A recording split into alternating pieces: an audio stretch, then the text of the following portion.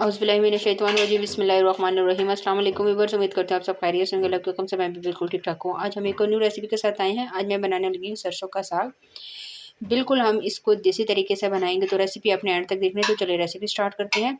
साग को हम हांडी में बनाएंगे, मट्टी वाली हांडी।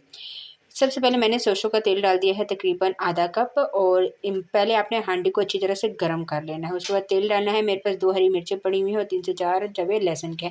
इनको मोटा मोटा मैं कूट लूँगी। ये मैंने बहुत ज़्यादा इसको बारीक नहीं करना।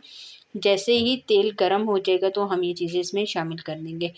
हांडी पहले से गर्म करने का ये मकसद होता है कि जो आप चीज़ें इसमें डालते हैं वो फ़ौरन जल्दी से मतलब कि पकना स्टार्ट हो जाती हैं, क्योंकि हांडी आपको पता है थोड़ी सी मोटी होती है, तो ये गर्म होने में थोड़ा सा टाइम लेती है।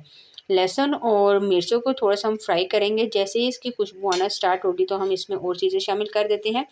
साग ये वाला लिया है मैंने, ठीक है, सरसों का। इसको अच्छी तरह से बॉईल करके पानी इसका छान लिया था। पानी बिल्कुल भी आपने नहीं रखना। कलर आना स्टार्ट हो गया था। अब मैं इसमें 1 अदद बड़ा वाला टमाटर डाल रही हूँ। अगर आपके पास दरमियाने साइज़ के तो आप 2 डाल दें। इसको मिक्स करूँगी थोड़ा सा, और टमाटर जैसे ही सॉफ्ट हो जाएंगे तो हम इसमें मसाले शामिल करेंगे। आप यकीन करें कि ये साग इतने मज़े का बनता है, आपने इसको ज़रूर ट्राई करना है। बिल्कुल हम देसी स्टाइल से इसको बना रहे हैं जी। तो टमाटर लाइट ब्राउन सॉफ्ट होना स्टार्ट हो गए हैं। मेरे पास ये 3 अदद मसाले पड़े हुए हैं। नमक, कुटी लाल मिर्च और हल्दी।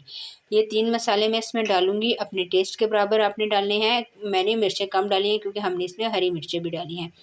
अच्छी तरह से मैं मिक्स कर रही हूँ। पानी वगैरह कुछ भी नहीं डालूँगी और इसको 5 से 6 मिनट के लिए छोड़ दूँगी। 5 से 6 मिनट बाद जब ये अच्छी तरह से सॉफ्ट हो जाएगा, ये देखें इसके टमाटर जो मैंने डाले थे वो अच्छी तरह से सॉफ्ट हो गए हैं। अब मैंने जो मेरे पास पड़ा हुआ था साग, उसको मैंने ग्राइंड कर लिया था जूसर में डाल के, और ब्लेंड करके अच्छी तरह से आराम से ये डालूँगी। मैंने थोड़ा सा पानी डाला जूसर में और उसको अच्छी तरह से ब्लेंड कर दिया। ये डालने के बाद आप चाहें तो वो जिससे लहसुन वगैरह पीसते हैं आप उसमें भी इसको पीस सकते हैं।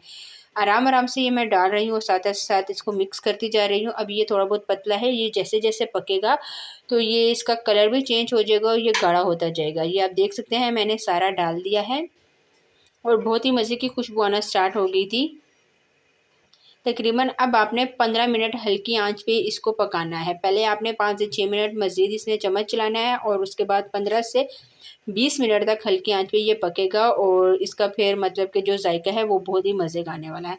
तो 15 मिनट बाद आपसे मेरी मुलाकात होती है जी। तो ये देखिए 15 मिनट गुजर गए हैं। साग बहुत अच्छी तरह से पक गया था, गाढ़ा हो गया, पानी जितना था उसमें ड्राई हो गया। ये मैं आपको दिखा दूँ, बहुत ही मज़े की खुशबू आना स्टार्ट हो गई थी। तो अब इसको मैं प्लेट में सर्व कर लेती हूँ जी। तो ये इसकी फ़ाइनल लुक है। माशाल्लाह आज की हमारी रेसिपी बिल्कुल तैयार हो गई है। बहुत ही आसान तरीके से बनाया है। आप चाहें तो इसके ऊपर मक्खन और देसी घी भी डाल सकते हैं। आज के लिए इतना ही। इंशाल्लाह नेक्स्ट में मुलाकात होगी। तब तक के लिए मुझे दीजिए इजाज़त। दुआ में याद रखिएगा। अल्लाह हाफ़िज़।